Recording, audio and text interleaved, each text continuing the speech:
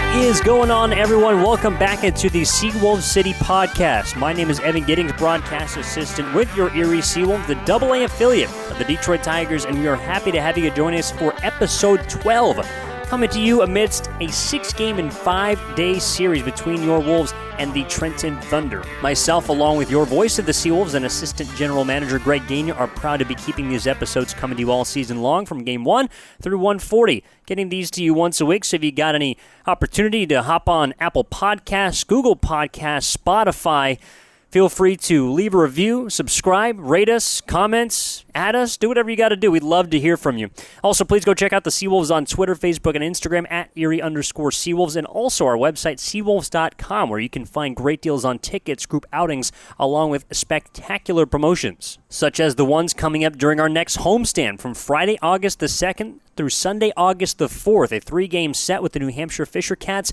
It's a Eugenio Suarez bobblehead giveaway on Friday night. The first 1,000 fans will walk away with a former Seawolves star and 2018 MLB All-Star bobblehead of Eugenio Suarez presented by Fullington Trailways. It's also happy hour. There will be a pregame autograph session with a player as well as Seawolf prior to the game in the team store, and it's a Fast Play Friday. Then on Saturday, as always, post-game Zambelli fireworks, this time set to the theme of Songs Across America, presented by Bonnell's Auto Group. It's also Faith and Family Night, beer tasting night, and another opportunity for you to get a pregame autograph. Then on Sunday, 1:35 first pitch, final game of the series, the Youth Backpack giveaway. It's almost back to school time, and the first 1,000 kids ages 12 and younger will receive a Seawolves backpack presented by Erie Catholic School System to those 12 and under. Again, it's a Kids Crew Sunday, Family Fun Day, and catch on the field after the game.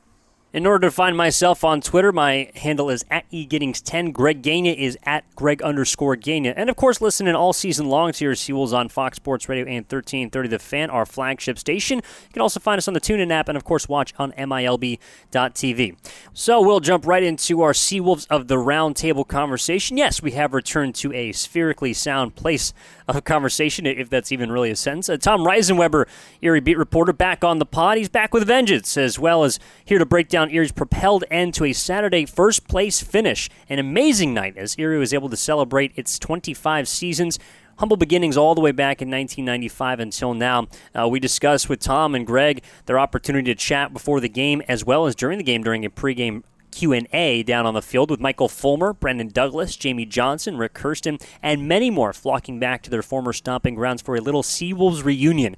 We'll break down that and much more from the past week of Seawolves baseball on episode 12 of the Seawolves City Podcast.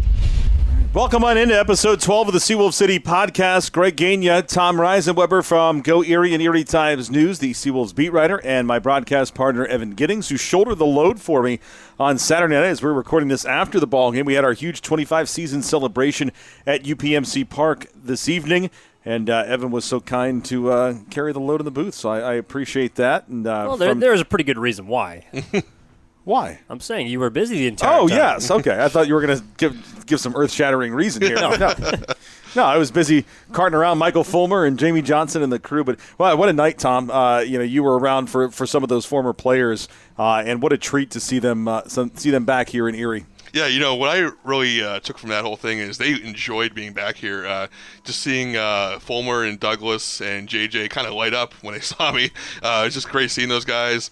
Fulmer wasn't here a long time, but he made a huge impact on this team, being the first ever Cy Young winner from the Eastern League for the Seawolves. And, Dougie and Deke Scram and JJ were here so long, and people loved them. JJ mentioned that he didn't need his GPS when he drove in because he knew Erie so well. He said he knows it better than his hometown because he was here for 4 years. So those three, and Rick Kirsten obviously was part of arguably the best Seawolves team in franchise history, 2001, with 84 wins and 4 guys who threw for 100 strikeouts, including him. So those 5 guys, just really, the crowd loved it. A lot of memories, a lot of stories, and it was just a lot of fun today. Yeah, it was great catching up with those guys, and you take for granted that the impact that you have on them as players while they're here, and I agree. When we got hugs when they walked in, and they were beaming when they saw you. It was just a really fun night, and obviously you wish you could bring everybody back for an alumni reception like that. But arguably some of the most influential players in team history. Let's touch on Rick Kirsten for a minute. I didn't realize how good he was when he was here. And you mentioned that he was a part of that crew of 4 that each had 100 strikeouts as starting pitchers. And Rick was telling a story about how he was literally a start away from going to the big leagues, and they told him it was going to happen, and he blew out his shoulder warming up in Bowie and never got to go to the big leagues. But he was a guy that was on the rise, and then unfortunately bad things happened. But he's obviously made a good name for himself. He lives in the Erie community still with his family and his wife and 4 kids. And it was just neat to catch up with a guy like that because I didn't really know him, and he had been to games before, and to hear his story. Yeah, I think it was 143 strikeouts that year with him, which is 3rd in the franchise history. And we kind of talked a little bit about that staff is almost comparable to the staff Erie has right now with how many top prospects they had. They didn't have a prospect system back in 2001, but I can imagine those 4 would have been top 30 for the Tigers. And he mentioned, that was the first year of Detroit being an affiliate in Erie, and they moved up from, I think, Jacksonville or Correct. something like that. And he said that all the guys on the team were Midwestern boys who loved the cold, so they didn't mind coming up here. They actually preferred it over being so hot in Florida. But he said the fans really embraced them as affiliation change. And that was the second change in 3 years in Erie, so he really enjoyed the fans being up here, and he said that pitching staff was just so low-key and chill. They loved being around each other. It was a great clubhouse, and just some great memories from him. Reminds me of what we're kind of watching right now, Evan. Yeah. I mean, I had a chance to talk with Michael Fulmer a little bit on the drive over when I picked him up at the hotel, and I mean, he was excited about this pitching staff. The combination of, obviously, Mize, Manning, Fido, but then the guys in the back end that have stepped up all season long, and a newcomer in Kyle Funkhauser who's very good, and he'll be going on Monday afternoon. Anthony Castro, even Logan Shore, who has had to take a step back. He came out on Saturday night and threw 2 thirds of scoreless inning baseball in relief. He has not allowed more than 2 earned runs in his past 26 innings of work as a starter and a reliever. Getting to talk to Michael a little bit, obviously, he would rather be up with the big league club pitching at this point, but having a chance to get a lot more family time down in Oklahoma City, recently born 3-month-old son, just purchased 160 acres of hunting land, so he's very happy about that and is looking forward to that in the offseason. But in general, this is such an exciting time, and it's great to see former Seawolves players come in and understand what's going on, the type of history that is here possibly on this club, and it only feels right that on this night, Saturday night, that Erie, not only on this 25 season celebration, walks away with the win, but they walk away in first place in the Western Division. I thought it was really cool, too, is Deke Scram had never met Michael Fulmer. And Deke, I believe, lives in Kansas now, and Michael's obviously in Oklahoma City. But they were talking about a place that they had both went hunting at the same place. And so it was cool to see the connection of 2 guys who had never met. And even seeing Rick as the older guy in the room, Rick Kirsten, who pitched in the early 2000s, connecting with those guys. And you could tell the kinship of just that baseball fraternity. They were all, basically like friends in a room catching up. And it was really cool to see. And and it was funny watching Deke. I think he was more excited than anybody else about the changes here. He couldn't stop talking about the video board, the scoreboard, the board in left field, the new playing surface. He kept mentioning he loved playing here because he hit so many home runs here. And he just, he mentioned that. And, Fulmer talking about him and Jacoby Jones coming over at the same time. He keeps watching every Tigers game and is mentioning how he loves watching Jacoby Jones play the outfield and can't wait where he's playing the outfield for him. And, that was really what made the end of the 2015 season a lot of fun. Those 2 coming over on the same day, basically, in the trade deadline.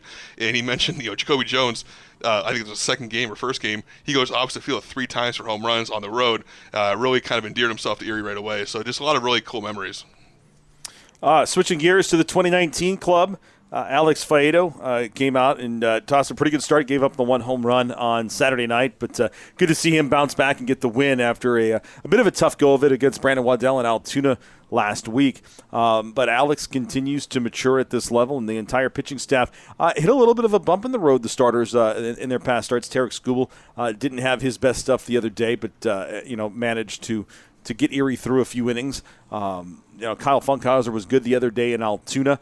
Matt Manning only went 3 innings, but had pretty good stuff. It's interesting to see how they were so dominant early, kind of, as you had mentioned, kind of back to the curve a little bit with how they've performed in July. And now as the month ends, you just hope to see these guys pick it up. And Casey Mize, another one, had a bad outing down in Richmond, a team that seems like the only team that can get to him. And he came out and threw 6 innings of 1-run ball 2 nights ago. Yeah, what I'm really interested to see is how these guys react, because there's a lot of starting pitchers here now. I mean, technically there's 7, and we could see Jake Thompson at some point to give him 8. And it's almost like they're starting to re-energize and feed off each other a little bit. Casey Mize was great. Alex Faedo with a really solid start. We'll see what Matt Manning can do. But it just seems like when you add more starting pitchers, it's almost a competition now with these guys to outdo each other. So it's going to be fun to watch these last 4 or 5 weeks. I'm hoping they all stay together because that'd be a great staff in the playoffs to take on Harrisburg in the first round. So it's been a lot of fun to watch them. Alex Faedo, 7 more strikeouts. He's starting to creep up on the single season record now. So it's going to be fun to see what he does these next 4 weeks. And one of the other things to touch on with Erie getting into first place, you and I, Tom, were sitting in the office earlier today, and you had asked me, when was the last time Erie got to first place this late in the season? And so we looked it up, and it was actually in 2017. On the exact day in 2017, the club got into first place in the Western Division. That was at a time where they didn't play halves. It was a full season schedule, and then everything kind of fell apart with player transactions after that. Artie Lewicki was the ace of the staff. He goes up to the big leagues. Zach Reininger, who was the ace of the bullpen, he gets moved up. So it'll be interesting to see as the trade deadline nears and as August is creeping right around the corner what really happens to this roster. Do you, at this point in the season, what's the rush? Because you've already established that these guys aren't going up to the big leagues. Do you take them out of the environment they are in here where things are working very well and they're winning as a collective unit and feeding off each other to put them in a situation in Toledo? Well, yeah, they might make a few starts, get their feet wet at the AAA level, but they wouldn't experience what they're experiencing right now. Yeah, I think it'll come down to innings limit for a couple guys. For Manning and Faedo, they're going to eventually hit their marks, and the question will be at what point in the season does that come? Even though if they're in the middle of a playoff race, are they better off making those last couple of starts because they're not going to be able to pitch in the playoffs anyways, up in Toledo or down here in AA area? That's a question for the farm system. But I will say this starting staff, since the All-Star break, outside of a couple of outlying performances, ironically, from Mize and Skubal, who perhaps have been the most impressive in a short period of time, Erie starters in 15 of the first 19 games after the break have gone 5+ innings, and with Faedo tonight, or on Saturday night, have struck out 116 batters. That's the most of any starting core in the league. So clearly these guys have it together, and they're clicking at the right time. I defer to our last week's guest, Drew Carlton, in talking about how it seemed like everyone wasn't necessarily on the same page at the right time, and that's been the difference. Everyone has had the same mentality in that clubhouse, but it's just been that generally the starting pitching has been good when the hitting's been not so good, and the hitting's been good when the starting pitching has been not so good, or bullpen or vice versa. So everyone seems to be coming together at the right time, and even though they lost by 1 run, 2-1 on Friday night against Trenton, I mean, this is a team that, as we've talked about, can rattle off 8 of 10, 7 of 10 consecutively, and they don't take losses and hang their heads. They take losses and they bounce back for wins. Yeah, and those were games where they weren't bouncing back earlier in the season, and I think that's a big point to hammer home here, is the fact that, when they lose a game, they're not happy about losing a ball game. And I've been around plenty of clubs where, we lose a game, oh well, not a big deal. And they lose the next day, and then they rattle off 5 straight losses. This isn't that type of team. When you go into that clubhouse after the game, those guys are angry that they lost a ball game. And you have to look no further than a guy like Derek Hill. You and I were talking about it. He was pretty upset that they lost that ball game 2-1 on Friday night. And it's that kind of mentality that they have in this club. And I think it starts with Mike Rebello, and it goes all the way to the 25th man on the roster. They want to win ball games, and they want to make the playoffs and go deep in it. Yeah, I think there's a lot of leadership in that clubhouse right now. You mentioned Derek Hill. I think Cam Gibson is really a leader on that team. Even a guy like Chase Numata, he's not hitting for a ton, but he's getting clutch hits. He's handling the staff really well, and I think he's getting along with everyone in that clubhouse. Really, you talk about that clubhouse right now, there's not any guys that aren't really trying everything they can. They're doing a great job just coming together and supporting each other. I talked to Josh Lester about it last week, and he said, everyone's picking each other up. It's just a great time to be in that clubhouse right now. So, it's going to be interesting to see if there's any moves. I know this won't happen, but I think, part of this, if they're in a playoff race with all their pitching, bring back Jake Rogers. I know he's not hitting for a ton in Toledo. I think it'd be worth it to be around this staff for the last 3 weeks instead of being in Toledo doing nothing. So I don't know if that will ever happen, but I just think, Erie right now is the place to be to develop these guys in the playoff race. Yeah, and you brought up Jake Rogers. That's an interesting point because I think we were all a little surprised when Jake was brought up to Toledo because he wasn't hitting in April, and then all of a sudden things turn around, and then he's up there. And I really thought for a while that the Tigers were going to leave him here because we knew Mize was going to get here at some point. They were hopeful Franklin Perez was going to get here. That didn't happen, but I think the guy that came out of the woodwork was Tarek Skubal, and none of these guys are throwing at Jake Rogers right now. But you also have to keep in mind that while with Jake not maybe being with some of these young prospects here, he still has Bo Burrows in Toledo, and you still have Matt Hall, and you've had some other guys up there. Tyler Alexander's another one who went up and made a start in Detroit on Saturday. I think there is a reason that he's up there right now and not here, and you hope that they trust the process and don't leave Jake in a situation that's not beneficial to him. But he came out a house on fire and now has really tailed off at Toledo. I agree. It'd be great to have Jake catching for you. But, I think the other guy that we all thought was going to be back by now, and because of Grayson Griner going on the 60-day injured list, is Cade Civic. And, keep in mind, that was a bat that was in this lineup for a long period of time that he was carrying this Erie club. And all he did was hit. And now, unfortunately, he's playing behind Jake in Toledo, and he's not getting the playing time. Yeah, and I think you point to the catching staff here. I mean, even though the offense hasn't been – as big as Rogers or Civic when he was here. I think the presence of Chase Numata along with Joey Morgan, both of them are very calm, collected, reserved kind of individuals. Numata definitely keeps it light in the clubhouse, but behind home plate, he's not a rah-rah guy. He's not going to pump his fist. And when he hit the deciding 3-run home run in the second inning of Saturday's win against Trenton, rounded the bases, act like it was business as usual, and that is how Chase Numata has been. So I think his presence, along with what Joey Morgan has added, has been great for the pitching staff. One thing I wanted to touch on too, Evan, you had brought up the innings limit for some of these guys, and I don't think there's a worry right now with Faedo and Manning because they were able to give those guys an extended period of time off. Obviously, that is going to be an issue for Tarek Skubal at some point down the stretch here because he's a guy that, he's not all that far removed from Tommy John surgery. And I think that is the advantage of having an Anthony Castro and a Logan Shore on this team because those guys are stretched out. Logan was great the other day in Altoona in the doubleheader. And I think that's a huge advantage to this club right now that they could skip a start or two and you're not going to skip a beat because you've got a couple of horses down in the bullpen that can slot right into the rotation. And don't forget Spencer Watkins down in Lakeland. He can come up at any time. We've seen he's been the shuttle guy all season between Lakeland, Erie, and Toledo. Yeah, it's just a huge advantage this past week having 2 doubleheaders with all starting pitchers, no bullpen games basically, and it's going to probably be the same thing on Wednesday when they go to Binghamton, and you never get that anywhere at any point in the season with all these starting pitchers. So it's almost like a 7-man rotation with 2 long guys, or it's just kind of mixing a 6-man rotation with one long guy, and it's just you never kind of see this thing with a ball club. It's just really fun to watch. Even with a couple of guys on the IL. Well, Trent Skudnick came off on Saturday, but Sandy Baez went to the IL, and that was a situation where Skudnick had gone a couple of days prior and weren't sure how the bullpen was going to respond, but they found a way to figure it out. They threw 7 innings in the first game of the doubleheader down in Altoona and managed to fire 3 more in Game 2. And then coming home, it just seems like the starting pitching, whenever the bullpen needs a rest, whoever the starter is that day finds a way to pick them up. And as we've talked about, that's just this team mentality of picking up one another, even when a guy goes down on strikes in a big situation.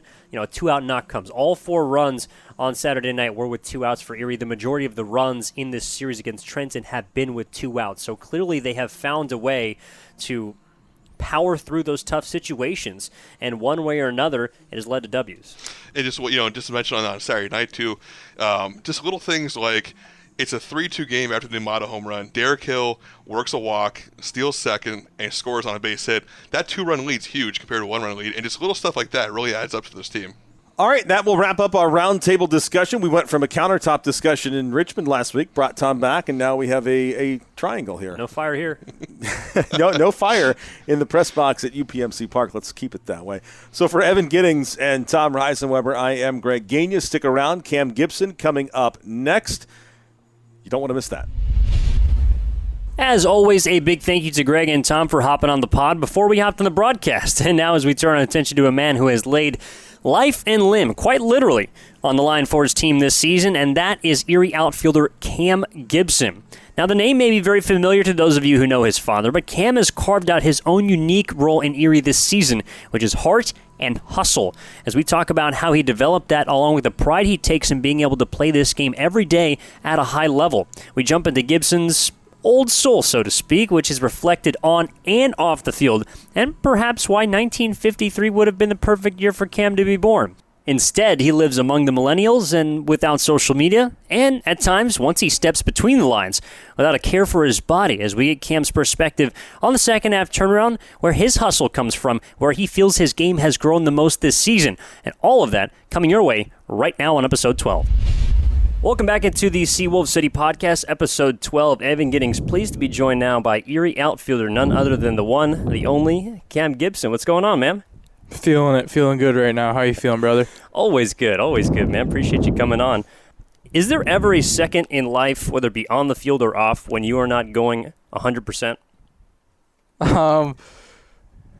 I wish I could give you an accurate answer, but I kind of think no, because even when, like me and you have been talking about, I go home and I watch a lot of movies, and I think even when I'm doing that, when I'm sitting in my bed, Yep. I am so locked in on what's going on in this movie. Like, I'm trying to pick apart everything. So it's like I'm relaxed, but like my brain is still, going 1,000 miles an hour trying to figure out what's going on. Well, right now this team has been going 1,000 miles per hour. You guys are off to a magnificent start in the second half. And yourself, along with this team, it seems like there isn't much that has stood in your guys' way, whether you're down 6 runs in Richmond, whether you're up 7 runs in Richmond. Is there anything or any team that you feel like when you guys walk on the field against right now that you're not going to walk away with the W? No, not really. It's a good feeling when, even when we were down, it was 6 in Richmond. Yep. Even when we were down, I don't think anybody really had a doubt that, we weren't going to come back. And that's kind of the vibe right now is, we were down 1 yesterday, and obviously we didn't have the best game. But we were going into the 9th, Zokar got on, and we were all, here we go again. Yep. This is us. And that's kind of the vibe right now. We're these guys in the locker room, everything clicks. Everybody's, meshing together. Everybody's got one goal. And when you have that, when you have the pitching click, and you have the hitting click, and you have the fielding working, and everybody doing their part, that's how you're going to get a record like we have now, and that's how you're going to get those comeback wins. I think that's an important point you touched on. Everyone embracing and understanding their roles. You have guys who are in the middle of the order. Yourself represents, the hustle and the heart of this team. The pitching staff obviously speaks for itself. Do you think that consistency has helped you guys? Yeah, it plays a big part because you got the guys, you got the guys like Lester, you got the guys like Cody, you got Paredes. Those guys, the big Frank, the big power guys. They know their role. Okay, their role is to get guys like me and guys like Derek and a Zokar. Their role is to get us in. We know what we have to do. They know what they have to do. And if you have guys that understand their role, then they will get the job done more often than not. And, obviously my favorite thing in the game is to get on base. Yep. So I have no problem with that. And you got guys like Derek sneaking out, whatever. You got 12 or 11 home runs. That's a bunch of crap, but whatever. Well, between yourself, Derek, along with Jose in the outfield, it has been a lot of fun to watch. It seems like there's not a blade of grass that you guys can't cover, whether it be here at UPMC Park or on the road in a bigger park like Altoona or Richmond. Yeah, I think what really helps us there is our communication out there. Yesterday I actually kind of caught myself and told this to myself. There's the left center wall where it says Country Fair out in left center, and there was a righty up. I believe it was Giddens, and there was a guy in first. And I looked over at Jose and I said, "Hey," and I pointed towards the wall and I said, "If that hits off the wall, you have to play it because it's going to go towards you." And it's just stuff like that and I caught myself and I said, "That's why we're so good, is because we communicate so well out here." And it's just stuff like that where it's, again, people knowing their role, people knowing their job. You got to know what you got to do before the ball's hit to you. Well, you've definitely embraced the role, especially in the month of July, of getting on base. And I took a peek, and you're swinging at above a 300 clip this month. Do you think that your progression through the early parts of the season has helped you get to this point where now you're playing some of your best baseball? Well, you learn a lot throughout the year. You kind of adjust to some stuff. You play teams so much now that you kind of have a feeling what they're going to do to you. You kind of have a feeling what their positioning will be towards you. And, I think that I just kind of adjusted along the way. And obviously I've been getting hit by a lot of pitches. So You have. So, it's just a game of adjustments. And throughout the year, you kind of learn to adjust and learn other teams. Do you get on top of the plate, or you're just a ball magnet? I didn't think so. You guys are watching on screen, so I don't really. I didn't think I was, but you guys can correct me if I'm wrong. But I really don't know what the hell's going on. It's been working for you. What were some of the things that you focused on trying to get better at between last season and this? What were some of your points of emphasis in the off season? Well, I think that I've always been a good outfielder, but I can always be better. Obviously, my arm has gotten remarkably better from last year, and I did a lot of stuff in spring training with that. And I think that I knew I could steal more bases than what I finished at last year, and I think that needs to be me being more aggressive with it and not being so hesitant and being afraid to get thrown out.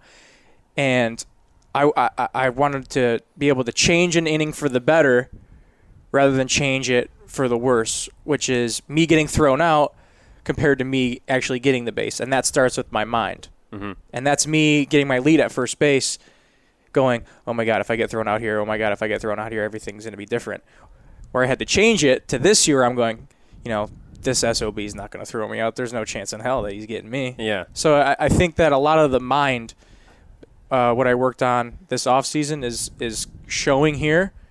And I've been getting less mad this year, which is I did break a bat the other day, but that's it happens. Few and far between. So I'm happy with that. Yes, you have sent a couple bats to the graveyard this year. But I think that a lot of people focus on that when it comes to your passion and fervor, rather than taking a look at the fact that you're the first guy out to your position every single inning, or the fact that you bust your hump up the first base line. Not many people pay attention to those little things that you can't control. Has it always been that way for you, that you're going balls to the wall? Yeah, I think that the way I think of it is, there's people that want to play this game, but they can't. And I actually never know when this will be my last pitch or this will be my last at-bat. Like yesterday on that walk, I almost got smoked in the kneecap by a 96-mile-an-hour fastball. You don't know if that's going to hit your kneecap and shatter it to pieces, and that'll be the end of your career. So why the hell wouldn't I run as hard as I can while I have the opportunity to? Why wouldn't I run into the wall while I have the ability to and my body can take it? Why not dive for everything when I have the ability to? So I think that's the way I think of it, where I don't want to take my opportunity for granted. And so if I have the ability to go balls to the wall, then I'm going to do it. Mm-hmm. We're chatting here with Erie outfielder Cam Gibson. Throughout the season, players don't get the opportunity to connect, to spend time with their families, just because of how many commitments you guys have, so many games in so many days. But your father and your mother are in town here this weekend, and you've seen them throughout the season. Do you enjoy those opportunities throughout the year to connect with your folks? Yeah. If they're not here, then I'm getting phone calls. So even when they're not here, they're doing their part to make sure that my head's on straight and that they're doing what they can to help. But when they're here, it's even better. I see when my brothers were playing sports, I see how they react, like when they score a goal or something like that. And so when I do something good, I can just imagine how giddy they are. And I'm sure that how gibby they are when it happens. So I'm sure that they're up there and they're kind of trying to like hide it a little bit, but I'm sure that they're up there cheering. That makes me feel good that they can be here for stuff like that, and that when they're here watching me, I'm gonna go even harder, if not as hard as I can possibly go, which I usually do. But it's like if they're here, they're taking their time out of their days to come watch me play. balls to the wall times 1,000. Yep. So that's my plan for when they're here. That's awesome. Now you got, and I was reading a little bit, and I heard you talking about the fact that, you've had a lot of opportunities in this game that other guys haven't. You were talking about you had the opportunity to play or learn to play the infield from a guy like Alan Trammell, who still is here and works with you guys. Your dad helped you, learn how to run the bases. He still does that here. What do you take away from those early experiences in the game of baseball, and how have they helped you here now where you're at in your career? It's actually pretty crazy because throughout everything that I've learned since then, I was like 10 years old, I think, around that time. But through everything I've learned since that, I'm 25 now, I always go back to what I originally learned from those days. Like, I do baseball camps in the off season for young kids, and what I teach them for ground balls is what Mr. Trammell taught me when I was 10. So I could learn anything in spring training, but I'm not an infielder anymore, obviously. There you But go. what I've learned throughout my entire life, it doesn't really compare to what I've learned from those guys back in the day because my mind was a sponge back then. I probably wasn't the best baseball player, obviously, and I was willing to learn anything that I possibly could. And those are the things that really stuck with me throughout my life. And, we had a baseball field in our in our backyard growing up, and I remember I was learning how to run the bases when I was really young. And the only thing that changed with that is my dad used to tell us to hit with our left foot, and now we have to hit with our right foot. Okay. So that's really the only thing that's changed with base running. I like that. You were able to have a pretty successful high school, collegiate, now professional career, and a lot of those lessons you've clearly implemented.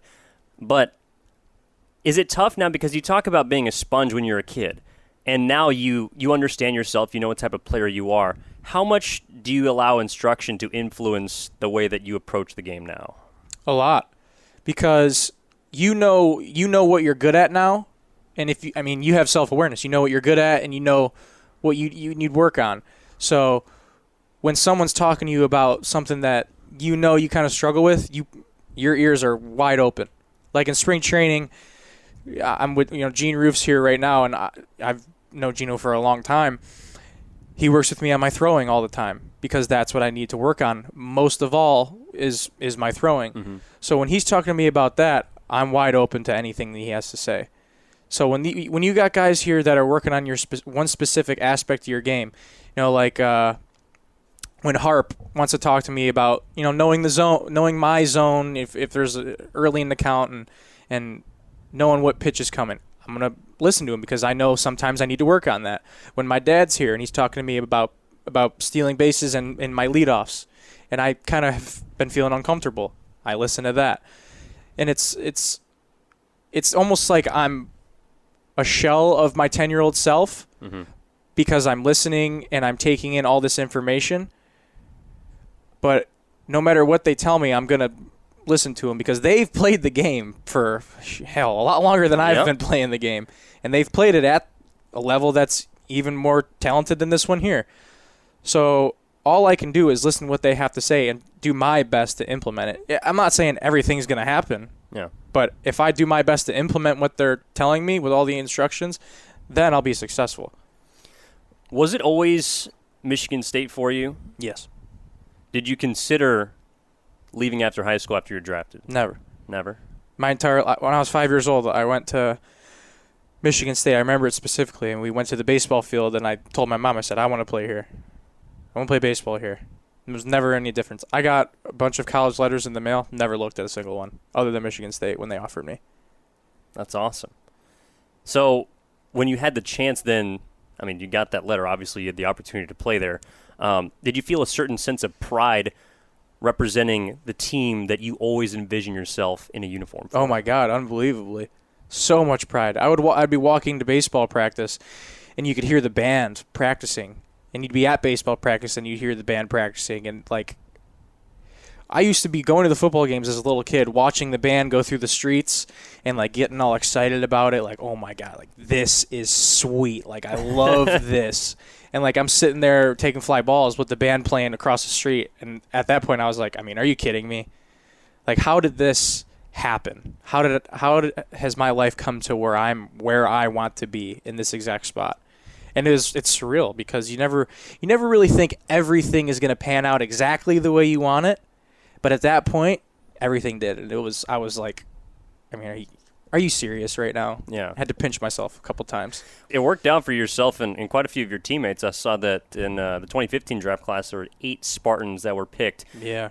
I mean, you got to run into a lot of those guys in pro ball pretty often that you played with in college, right? Yeah, a few of them, I think a few of them retired, but I've been playing against Cam View. He's a pitcher with the Pirates.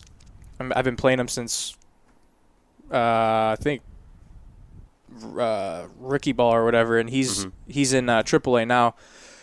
But it's always fun when we get to play each other because he's a left-handed pitcher, I'm a left-handed hitter, and I've had some success off him in the past. I hit for the cycle against. I was going to say, you hold that over him. So his family's always at the games and stuff, and we go out to eat together, and it's just really funny because he's on another team, but I'm wishing nothing but the best for the guy.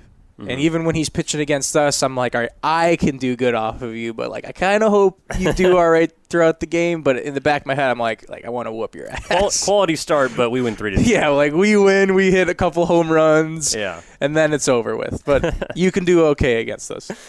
Cam Gibson is here with us, and something that you shared with me earlier in the season I think is interesting is you try and, correct me if I'm wrong, stay off of social media. Yeah, I'm off it completely. Was that always how it was for you? No, because it's not common among a lot of players. No, I think it's 3.5 years now. Okay. But I mean, it's just there's really no need for it. I don't need to know what's going on in everybody else's lives. If I want to, I'll talk to them. Mm-hmm. I think that's what's been taken away from society now is a lot of interactions between person to person. Mm-hmm. Like if I want to know what's going on in your life, I could just go to your social media, or I could talk to you. So, I mean, what sounds better? Genuine interaction. Exactly. I prefer that. Obviously, I'm a very personable person. Not everybody is. Yep. But that's just my feeling. I'm a personable person, and I like to talk to people. Mm-hmm. So, how do you get your news? Because a lot of people our age, they either go to Twitter, they go to Facebook. How do you find out what's going on with things that you want to know about? A lot of Barstool Sports. Okay. a lot of Barstool Sports. I get updates on my phone. It's something will pop up, and it's like the iPhone news or something like that. It just sends me a bunch of stuff, and if it's interesting, I'll read it. And I like to watch a lot of documentaries too, so I guess I can figure out some stuff through those. So what draws your? Is it mainly baseball or things outside of the game that you're interested in when news pops up on your feed? I don't really know what gets me going in the news department, but if it catches my eye and I go, that's interesting, I'll read it. But mainly it's baseball, hunting, movies, and music. Heck yeah. All right, Cam, I just got a couple of quick hitters for you. I'm going to throw these questions out, and we're going to see where it goes. Go for it. All right. So there have been a lot of great moments for you and the team this season. You've got diving catches, game-tying hits, walk-offs. What has been your favorite moment from this year so far? I want to say, was it 3 walk-offs against Binghamton, or was it 2? 3. I'm going to say the first. Yeah, but not just me. That whole thing, as a whole, 3 walk-offs in a row. I mean, are you kidding me? Yeah. That's fun. In front of 3 packed crowds. That is fun. That's the way baseball's supposed to be played. All right, would you rather get the game-winning hit or make the game-saving defensive play? Probably the game-saving play, because the game-winning hit is good, but if I'm scaling the wall or running full speed into the wall or something like that and making a catch, that's pretty sick. All right. If you were marooned on a deserted island and I give you 3 items, what is coming with you? My iPad, sunscreen, and I said my iPad, sunscreen. Is there Wi-Fi on this island? There can be. Okay. There can be for your iPad. Okay, so I got to watch my movies. Yep. iPad, sunscreen, and I don't know, I guess a knife. Yep. And then I'm good. That'll roll. Yeah, the only thing I might throw in would be like a Brita. Try and make some fresh water. Yeah, but you can boil it. Just boil it. That's true. See, you chop a coconut in half, put the water in it, put it over the fire. You learned that in the documentary? Nah, okay. I got good instincts. Okay, there you go. All right. Speaking of movies, we were talking about this on the way up, but what was the most recent one that you watched, and what's the review? I actually went and saw The Lion King, the new Lion King. I was supposed to go see Once Upon a Time in Hollywood this morning at 9:30. Didn't work out that way? But I snoozed on my alarms and didn't even realize it. Lion King, the new one, it was really good. Cried 2 times. Okay. I'm a big sap for stuff like that. Like in Toy Story, cried. Yes, all 4 of them. It was a very good movie. I'll give it an 82 out of 100. That's a pretty solid grade. Mm-hmm. All right. You have the sticks, as you guys describe in the clubhouse, more often than not, on the aux cord. First of all, what is in rotation right now? Like, what kind of jams are you vibing to? A lot of old school hip hop. Like, I like a lot of Cypress Hill, a lot of Dr. Dre, stuff like that. Bump it. I don't really know. Ice Cube, a lot of and then after games, it gets to a lot of like newer stuff, like house music, EDM, stuff like that. So that's the victory music. Yeah. Okay. Who aside from yourself has rights to the aux cord? James Brown. That's it? That's it. Okay. James Brown and me. No, I know it's an honor. Yeah. So you got to bestow it. James Brown. All right. Downtown. You got to trust the guy with the name James Brown. Downtown James Brown. That's true. That's a good point. All right. You said that if you could pick the perfect year to be born in, it was 1953? Something like that, yeah. Yeah. So do you really think that the 50s, the 60s, and the 70s are better than the new millennium? Yes. 100%. I'll back that till the day I die. No, everyone is entitled to their opinion, and I appreciate that. I just want to know why. I mean, just look what was going on. Everybody was happy. Nobody was trying to get at anybody else. The fashion, oh my gosh. The music, the film. Are you kidding me? Like Cars. Yep. I mean, I watch shows like Mad Men. I don't know if you've ever seen it. I have. I like it a lot. It's just like you look around at all the fashion and the beauty of New York back in the day and like all the old buildings. Oh, man, I love that stuff. I love it. All right. So in that case, if there was one event or some place that you could transport back in time to, Woodstock? Automatic. You don't even have to finish the question. Woodstock. Woodstock. 100%. So I assume you've seen quite a few films and read up on it. Yeah, I've seen Woodstock 3 Days of Peace, the documentary, probably a dozen times. Was there a story from there or something that you're just like, the moment you heard it, saw it, you're like, I got to be at this place? Joe Cocker, with a little help from my friends. Respect. All right. When I inevitably at some point go to the state of Michigan and slide through, is it Grosse Pointe? Yeah. Yeah. All That's right. where I grew up. Okay. I live in Royal Oak. All right. So now, where you're at, if I come through, where do I need to go? What do I need to do? Okay. I'd say, depending on the season, okay? So if it's in the summer. What's the best season to come? Ooh, fall. Okay. Because there's apple orchards, cider mills, pumpkin patches, stuff like that. But if you're going to come in like the summer and you're going through Grosse Pointe, big lake community, okay? Mm-hmm.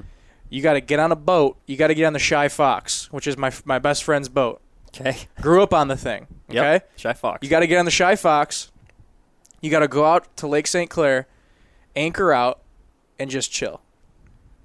The whole day. Oh, Maybe. I could do that. Okay. This one. Mm-hmm. Go out there, turn on TV, turn on the Lions, be around me and my friends during a Lions game. Okay. In the middle of the lake, and just enjoy it. You guys get Wi-Fi out there? Hey, the Shy Fox has all. All right. I'm excited now. I got to find a place to get on this boat. Shy Fox. All right, man.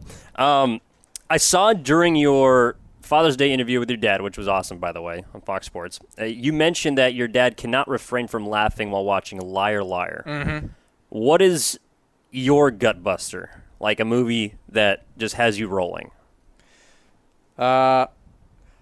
I can't really pick out one movie that really gets me going. You can throw out a bunch. Obviously, like Ace Ventura types, the Ace Ventura type movies. A lot of Will Ferrell stuff. But if I really need a good laugh, honestly, it's really weird. Okay. I go to YouTube and I watch videos of Ricky Gervais laughing hysterically. And I just sit in my bed and I'm watching it on my phone and I start dying. Like whoever's my roommate on the road has to think I'm a complete psychopath for just sitting in my bed and laughing at this person. Well, it's such a unique, like distinct laugh. It's like mine though. I think that's why I like it so much because it's like mine, loud and really high pitched. I like that. So you're a man for impressions. I know this. Who do you hang your hat on? Like if someone is like, "Hey, impromptu, go," like what do you? I can do a really good Gene Roof. Okay. I could do a really good Dave Littlefield. I think it's just people that I'm around a lot. Okay. People that I hear talk a lot. Yeah. A keen ear. Yeah. I can't do a Raz because his is just too normal. Yeah. There's nothing significant about his voice or he has like that. cadences that I'll go into, but Yeah. as far as the voice, it's I can do a good Macho Man Randy Savage, stuff like that. Okay. Stone Cold Steve Austin. A lot of weird ones. All right. Stuff you wouldn't even think of, and then I'll just bust it out. Okay. Maybe one day. All right. Final question for you, Cam. On a scale of 1 to 10, how cool are you? Ooh. I don't know. Maybe like a 5? A 5? I'll give myself half, Okay. and then I'll let other people fill in That's right. if I deserve any more or any less. Well, you won't be able to see it on social media, so I'll have to tell you. Yeah, just tell me what it is. All right. Sounds good. Well, you've been a 10 out of 10 on this interview, man, and I really appreciate you coming on. Thanks, brother. Appreciate it, brother. All right. So a big thank you to Cam for coming on down prior to Saturday night's game and hopping on the pod with us for a couple minutes. He made one of the best defensive plays I have ever seen with my own two eyes on Saturday night. It was a Superman-like leaping extension as he hauled the ball in the 7th inning of Erie's 4-2 Saturday night win to help preserve that victory. And he has really made a name for himself this year, doing it all, especially at the plate on the base paths is where he has made a lot of improvements this season as well as in the field. So, another day at the office for Cam as well as us, and another episode in the books for the Seawolf City podcast. As for what is coming up next, be on the lookout for episode 13 coming your way next week. And in the meantime, be sure to check out your Seawolves on Twitter, Facebook, and Instagram. And, of course, all the great things going down to UPMC Park, if not this weekend, then the next. August 2nd through 4th, Erie returns home to take on 3 games against the New Hampshire Fisher Cats. You can find everything you need to know on Seawolves.com, all the great promotions, scheduling, all that jazz. And you can also listen to all 140 games on Fox Sports Radio AM 1330 The Fan, the TuneIn app, or watch live on MILB.TV. Hope you all have an amazing rest of your weekend, and we'll catch up with you next time.